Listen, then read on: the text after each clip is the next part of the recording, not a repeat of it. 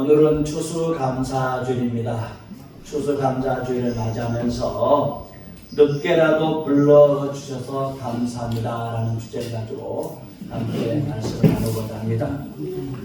3주 전 크락실과 내시빌 지역에 목사님들이 모여서 성경연구 세미나라는 목회자 성경연구 세미나가 저희 교회에서 있었습니다.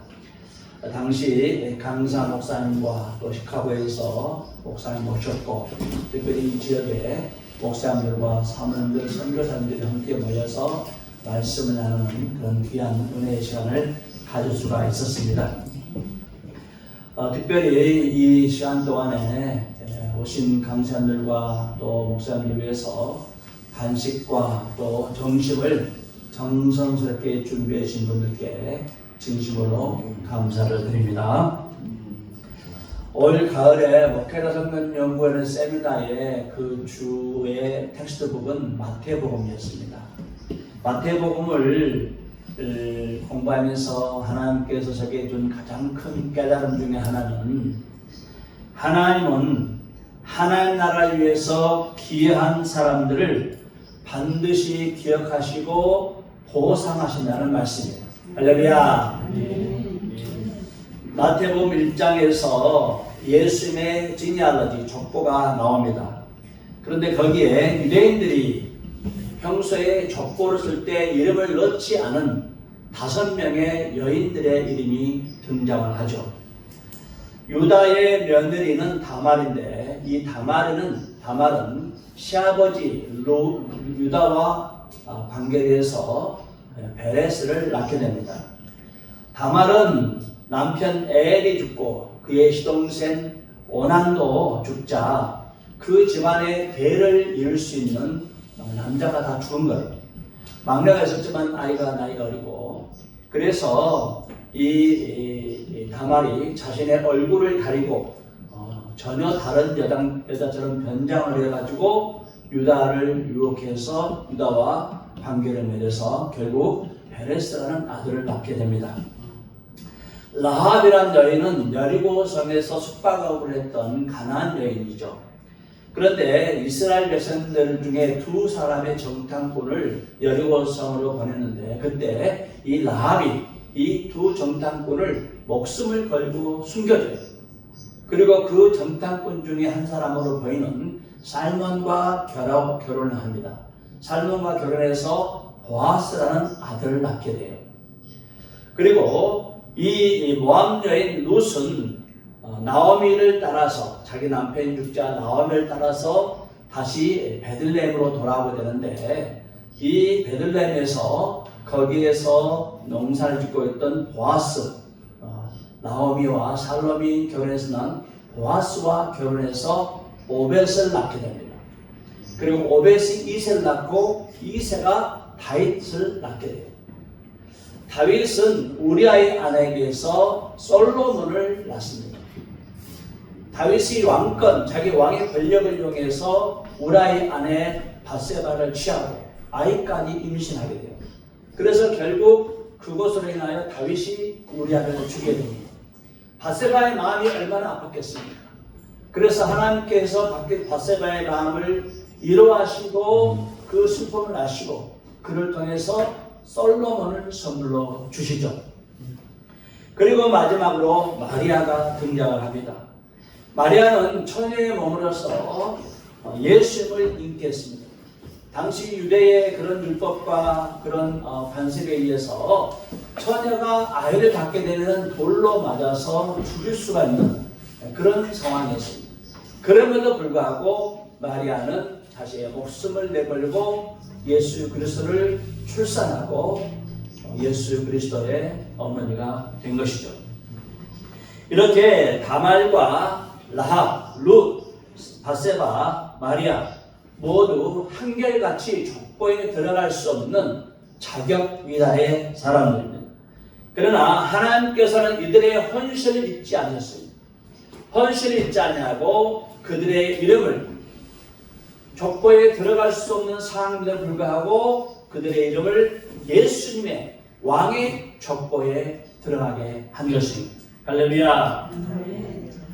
예수님께서 제자들과 함께 각 성에 다니면서 하나님 나라의 복음을 시작할 때부터 갈릴리에 살았던 이 여인들이 예수님을 따라다니던 그 많은 사람들, 예수님과 제자들을 자신들의 재물을 가지고 자신들의 소유를 가지고 그 일행들을 섬겼던 일이 있습니다. 누가복음 8장 3절 말씀 보면은 헤롯의 청지기 구사의 아내 요한나와 수산나와 다른 여러 여자가 함께하여 자기들의 소유로 그들을 섬기더라.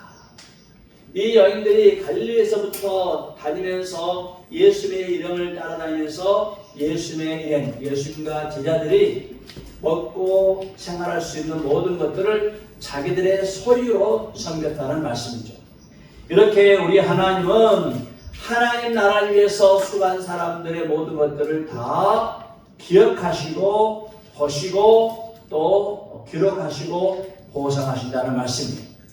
우리 하나님은 눈도 좋으셔서 다 보고 계세요. 우리 하나님 귀도 좋으셔서 다 듣고 계세요.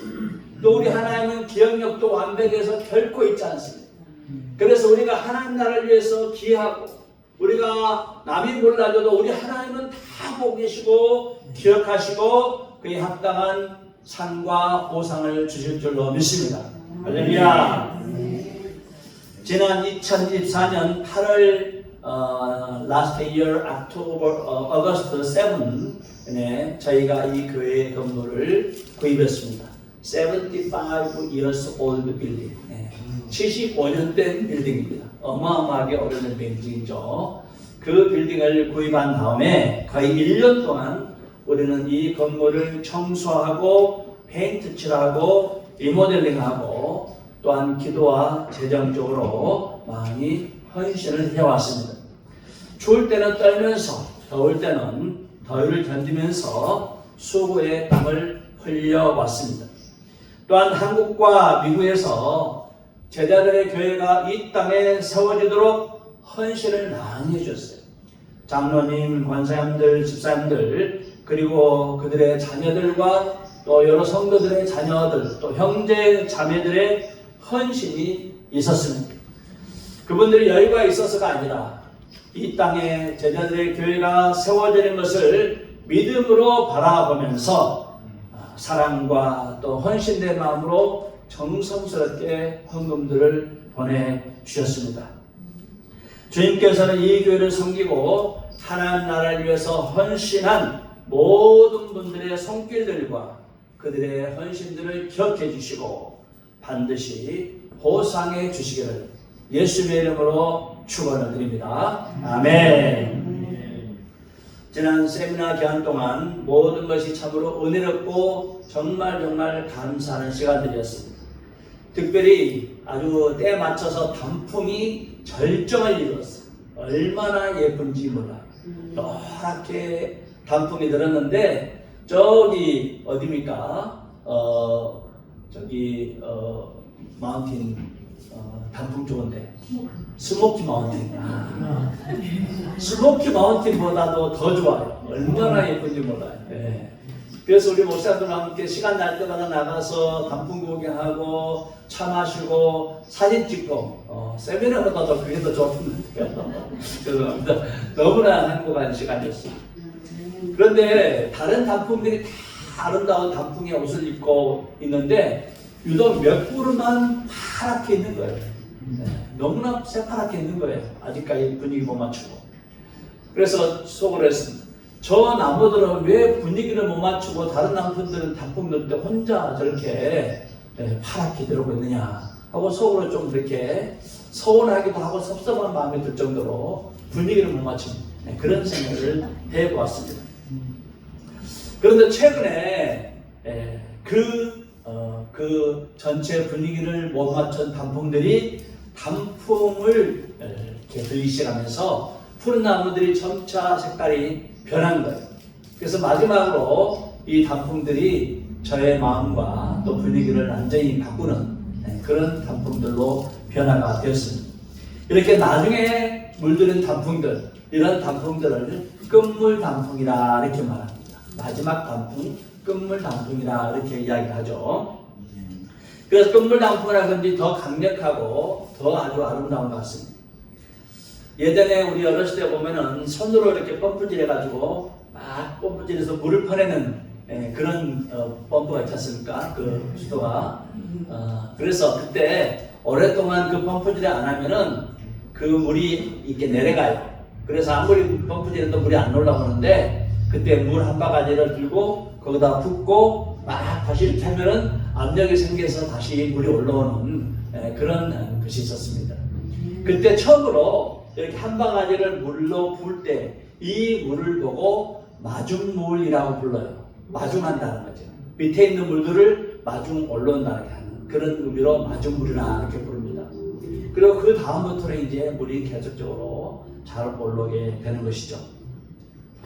예수님은 하나님 나라의 마중물과 같습니다. 가장 먼저 오셔서 하나님 나라를 선포하시고 그 나라를 위해서 제자들을 양육하시고 결국 저와 여러분들 위해서 십자가에서 피 흘려 죽으셨습니다. 그리고 부활하시고 승천하여서 성령을 보내심으로 이 땅에 제자들을 통하여 하나님 나라를 확장시키는 그런 놀라운 일들을 행하셨습니다. 제자들은 예수님의 그 하나님 나라를 건설하는 킹덤 빌더의 바통을 이어받아 가지고 이 땅에서 순교하면서 복음을 증거했습니다. 그런 제자들의 시대가 지나고 수많은 제자들이 지난 다음에 결국 마지막 때에 와서 저희 시대까지 온 것입니다. 결승점을 앞두고 달리는 이 마지막 바톤 주자, 그 마지막 바톤 릴레이 이 선수들의 그 마음은 어떤 상태일까요? 이 마지막 달리는 선수들은 아주 전력을 다해서 달립니다. 달리다가 죽는 한이 있더라도 멈추지 않고 달리는 거예요. 마찬가지로 하나님 나라를 위해서 헌신한 사람들은 일찍 부르시기도 해요. 제자들처럼 일찍 부르시기도 하고 또 중간에 부르시기도 하지만은 저희들 같이 역사의 마지막에 부르시기도 끝날 때문에 끝물로서 부를 때가 있다는 말씀입니다. 하나님께서 저와 여러분을 하나님 나라의 마지막을 장식할 마지막 바톤 주자로 저와 여러분을 부르신 줄로 믿습니다. 아멘. 예수님께서 하나님 나라의 모습을 설명하시면서 자주 비유로 말씀하셨어요. 하나님 나라는 마치 품꾼을 포도원에 보내는 집 주인과 같다는 비유를 하십니다.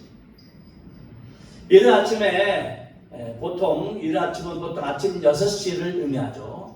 6시에 집주인이 나가보니까 일꾼들이 있는 거예요. 그래서 일꾼들에게 내가 너에게 하루에 일하는 일당으로 한 데나리온을 주겠다. 이렇게 계약을 하고 일꾼들을 일터로 보내요. 그런데 9시쯤에 가보니까 사람들이 또 놀고 있는 거예요. 12시에 가봐도 또 놀고 있는 거예요. 오후 3시에 가봐도 또 놀고 있는 거예요. 그래서 이 사람들에게 그때마다 계약을 하고 포도원에 보냅니다. 그런데 오후 5시에 가보니까 또 있는 거예요. 마태복음 26장 20장 6절을 보면 제 11세도 나가보니 서 있는 사람들이 또 있는지라 이르되 너희는 어찌하여 종일토록 놀고 여기 서 있느냐. 저녁 이 11시는 오후 5시를 말하는 거예요. 이제 1시간 지나면 하루 일과가 끝나는 시간이에요. 그때까지 놀고 있으니까 집 주인이 가서 지금까지 어떻게 놀겠냐? 나가서 일해라. 그러니까 이 놀고 있던 사람들이 포도원에 가서 그 시간에 가서 일하는 거예요. 이제 1시간 남았어. 이 1시간 남은 시간 동안에 이 사람들이 얼마나 일했겠습니까? 어떤 마음으로 일했겠습니까? 와, 주인이 이 시간에 나를 일터로 보내줘서 너무너무 감사. 너무너무 감사다. 기쁘고 즐거운 마음으로 열심히 다른 사람의 2배, 3배는 더 했을 것 같아요. 얼마나 감사합니까? 자기는 1시간만 해도 돈을 받는데 얼마나 감사합니까? 똑같이 처음에 온 사람이나 늦게 온 사람이나 11시, 5시에 온 사람이나 똑같이 돈을 받는데 얼마나 감사합니까? 그러니까 이 나중에 5시에 온 사람도 열심으로 정말로 쉬지 않고 열심으로 중사합니다. 늦은 단풍이 더 아름답게 보이듯이 늦게 부름받았기 때문에 더 충성하게 된 것입니다. 우리 주님께서는 처음 일하러 갔던 제자들이나 중간중간 일했던 교부들과 당시의 성도님들이나 역사의 마지막에 우리를 부르신 저와 여러분 모두의 헌신을 보시고 들으시고 기억하시고 합당하게 보상해 줄 줄로 믿습니다. 아멘. 마태복음 10장 41절과 42절 다 같이 한 목소리로 읽어보겠습니다. 선지자의 이름으로 선지자를 영접하는 자는 선지자의 상을 받을 것이요 의인의 이름으로 의인을 영접하는 자는 의인의 상을 받을 것이요 또 누구든지 제자 이름으로 이 작은 자 중 하나에게 냉수 한 그릇이라도 주는 자는 내가 진실로 너희에게 이르노니 그 사람이 결단코 상을 잃지 아니하리라 하시니라. 네. 선지자로 일하는 사람이 있어요. 또 제자로서 일하는 사람이 있어요. 또 의인으로서 일하는 사람이 있어요. 그런데 어떤 사람들은 이들을 영접하는 사람들이 있어요. 환영하고 또 이들을 섬겼던 사람들이 있어요. 선지자나 제자나 의인이나 하나님은 구별하지 않고 영접하는 사람 모두 똑같은 은혜와 복을 주신다는 말씀. 그들에게 냉수한 것 하나 준 사람에게 선지자나 의인이나 또 제자들과 똑같은 상급을 주신다는 말씀입니다. 중요한 것은 시간이 중요한 것이 아니고 일을 얼마나 많이 했냐가 중요한 것이 아니라 주님께서 부르시는 그때가 하나님께서 원하는 시간이고 우리가 아멘하고 충성하며 달려나가야 할 때라는 말씀입니다. 할렐루야. 그러므로 사랑하는 성도님들, 어릴 때부터 부름받은 사람도 있어요. 청년 때 부름받은 사람도 있어요. 나이 먹어서 예수님께 나온 사람도 있어요. 그 모든 걸 떠나서 우리 하나님은 어느 때 부르시든 간에 그 순간부터 그 자리에서부터 최선을 다하고 주께 헌신한 사람들을 보시고 기억하시고 합당하게 은혜 주시고 보상해 줄 줄로 믿습니다. 아멘. 이스라엘 백성들이 우상을 섬기자 하나님께서 이스라엘 백성들을 미디안 사람들에게 7년이나 붙였어요. 그래서 미디안 사람들이 얼마나 괴롭게 하는지 몰라요. 농사만 지으면 다 뺏어가고 소와 양이나 짐승들 곡식들 있으면 다 탈취해 가는 거예요. 여성들이 있으면 아이들까지 다 잡아가지고 노예를 삼고 도저히 살 수가 없어요. 그래서 이스라엘 백성들이 하나님께 간절한 마음으로 살려주세요 하나님 하고 기도하니까 하나님께서 므낫세 지파의 아들인 기드온이라는 사람을 사사로 부르십니다. 사사기 6장 15절 말씀 보면은 보소서 나의 집은 므낫세 중에 극히 약하고 나는 내 아버지 집에서 가장 작은 자니다. 이렇게 말씀합니다. 므낫세 지파는 작은 지파예요. 그런데 므낫세 지파도 작은데 그 중에서도 작은 아비에셀 할아버지거든요. 아비에셀 작은 가문이고 자기 또한 이 기드온 또한 가장 작은 자라 이렇게 말해주고 있는 거예요. 하나님은 강한 자, 또 부유한 자, 지식 있는 사람도 사용하시지만은 그러나 하나님은 약한 자, 가난한 자, 배우지 못한 사람들을 더 많이 사용하신 것을 볼 수가 있어요. 이게 바로 하나님 나라의 이치입니다. 그런데 여기서 하나님은 기드온의 이 군사들을 약하게 할 뿐만 아니라 가장 약한 상태로 만들어요. 전쟁을 하려고 하니까 부인들을 모았는데 32,000명이 모인 거예요. 32,000명의 부인 중에서 두려움에 떠는 사람들은 다 집에 가라. 그러니까 무려 22,000명이 집으로 돌아간 거예요. 이제 10,000 people, 10,000명만 남은 거예요. 10,000명만 남았는데 그 중에서도 물을 먹을 때 강아지처럼 물을 이렇게 핥아먹은 사람들, 이런 사람들은 남겨놓고 나머지는 다 집에 가라는 거예요. 누가 이렇게 물을 먹습니까? 그런데 특이하게 300명만 이렇게 물을 핥아먹는 거예요. 스트레인지. 300명. 300명만 남은 거예요. 300명. 그거 가지고 가지고 어떻게 하라고? 그러나 전쟁은 사람이 하는 것이 아니고 힘과 능력과 무기로 하는 것이 아니고 우리 하나님께서 전쟁하신 줄로 믿습니다. 아멘.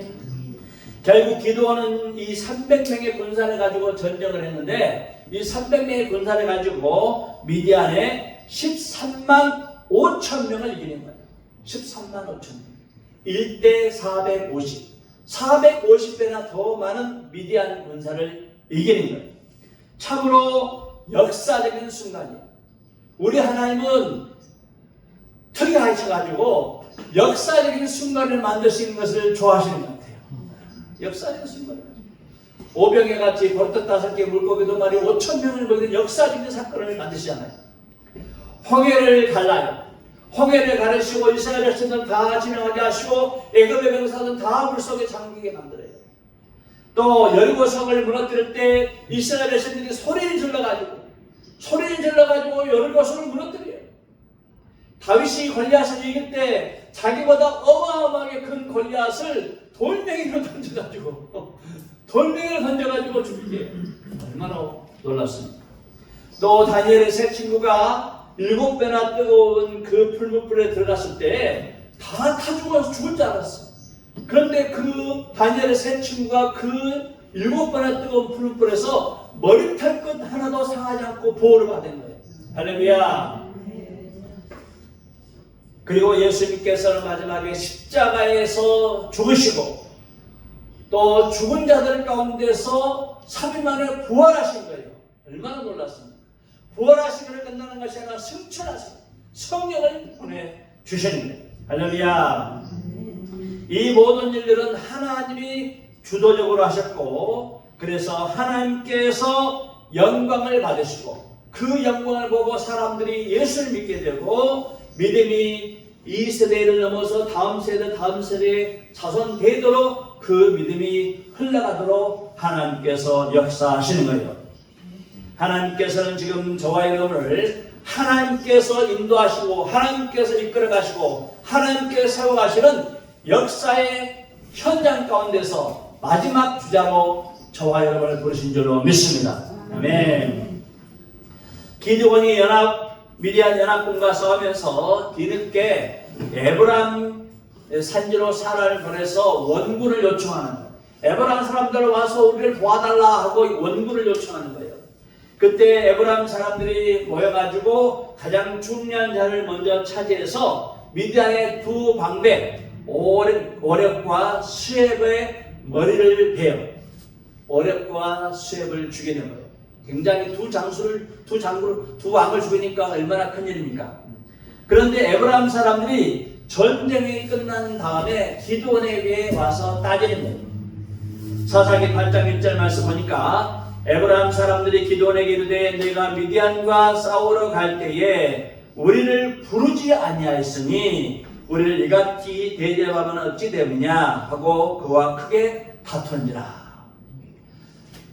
미디안과 전쟁할 때 에브람 사람들에게 시작할 때 초청을 하지 않았다는 거예요. 처음부터 우리를 초청하지 왜 중간에 싸우다가 우리를 초청했냐 하면서 이 에브람 지파가 기드온에 와서 시비를 거는 거예요. 크게 다투는 거예요. 사실 이 에브람과 므낫세는 요셉의 아들들이에요. 요셉의 아들 둘이 에브람과 므낫세입니다. 그런데 이들은 서로 형제의 자손들이에요. 기드온은 므낫세 자손이고 이 에브람 지파 사람들은 에브람 후손들이에요. 그래서 형제들인데 왜 형제들은 우리를 부르지 않았냐? 왜 소외시켰냐? 하면서 싸우는 거예요. 이때 기드온이 그들을 달랩니다. 사사기 8장 2절 말씀 우리 같이 읽어봅시다. 시작. 내가 이제 행한 일이 너희가 한 것에 비교되겠느냐? 에브람의 끝물 포도가 아비에셀의 만물 포도보다 낫지 아니하냐? 아멘. 이 에비에셀의 만물 포도, 이 만물이라는 것은 처음이죠. first, 처음 따는 포도. 이 에비에셀은 기드온의 할아버지입니다.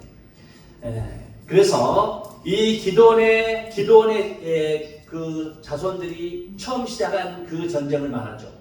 에브라함은 끝물이라고 하는데 전쟁에 늦게 참전했다는 것을 말합니다. 에브라함의 전쟁이 에브라함 지파가 늦게 참전했어요. 그래서 에브라함이 전쟁에 늦게 참여해서 두 방백을 죽인 일이 아비에셀의 손자인 기드온이 한 일보다 더 크다는 거예요. 두 왕을 죽였지 않냐 너희들이. 그래서 아브라함의 후손인 내가 우리가 한 일보다도 너희들이 한 이 끝물인 너희들이 한 그것이 더 크다 이렇게 칭찬하고 높이는 것이죠. 우리 하나님은 역사를 시작하시고 역사를 진행하시고 역사적인 사건들을 추진해 나가십니다. 우리는 거기서 구경만 하면 안 되는 거예요. 다른 사람들은 추수하는 밭에 불려가가지고 열심히 일하는데 삼킬 것을 바라면서 열심히 일하는데 우리는 가만히 놀고 있으면 되겠습니까? 하나님께서 우리를 보시고 마지막 때 마지막 주자로 우리를 부르십니다. 5시와 같이 이렇게 늦은 시간대에 역사의 마지막을 달려가는 이 시간대에 저와 여러분을 하나님께서 추수하는 현장으로 부르신 줄로 믿습니다. 늦은 단풍은 늦게라도 우리를 즐겁게 하는 거예요. 언제 떨어질지 모르니까 더 강력하게 아름답게 하는 거예요. 우리도 늦게라도 주께서 불러주신 것을 감사해요. 이제라도 불러주신 것 감사하고 이제라도 나를 사용하신 것 감사하고 지금까지 살게 하신 것 감사해서 남은 삶을 우리 주님께서 부르시는 그날 주님의 품에 안길 그 순간까지 중사하고 헌신하며 하나님께 영광 돌려야 될 줄로 믿습니다. 주님께서 저와 여러분을 부르시는 그날까지 우리의 호흡이 맞추는 그 순간까지 불러주신 것을 감사합니다. 마지막 주자로 우리를 사용하신 걸 감사하면서 더욱더 헌신하시고 더욱더 충성하시고 더욱더 많은 영혼들을 주 앞에 인도하실 때에 우리 주님께서 여러분의 모든 수고를 보시고 들으시고 기록하시고 기억하셔서 그에 합당한 보상을 넘치도록 주실 줄로 믿습니다.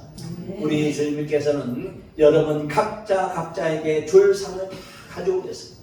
그 상을 믿음으로 바라보면서 우리 주님께서 내게 줄 그 상을 주신 그 모습을 믿음으로 바라보면서 남은 생에 힘차게 달려가셔서 우리 주께 더욱더 감사하고 찬양하고 은혜받는 귀한 신년들 다 되시기를 예수님의 이름으로 축원을 드립니다. 아멘.